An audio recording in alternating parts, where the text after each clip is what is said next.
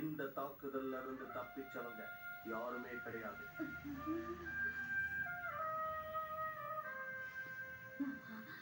விடாத மிக்ஸி, உன்னால கண்டிப்பா முடியும்.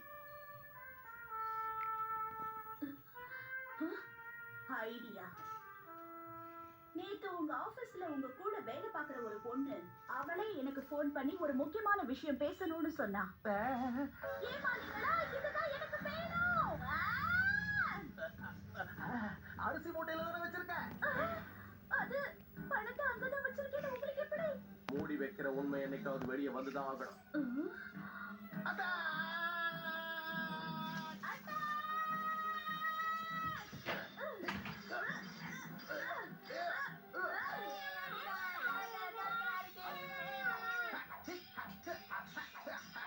இப்படியே போயிட்டு இருந்தா வேலைக்காகாது, ஒரு அடி அடிக்கணும்.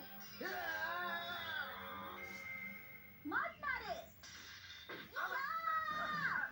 சாட்சி புட்டோல என்கிட்ட மோதுனா அப்படிதான் ஹாரி. சொல்ல பண்றதுக்கு மன்னிக்கணும் மிக்ஸி, முன்கதவு மூடி இருந்தது, அதான் பின்பக்கம் வந்தேன்.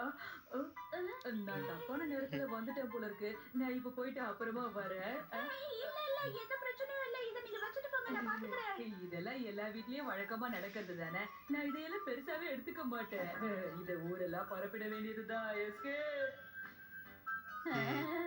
போச்சே வீட்டோட மானத்தை கப்பல் அனுப்பிட்டீங்க போல இருக்கேன்.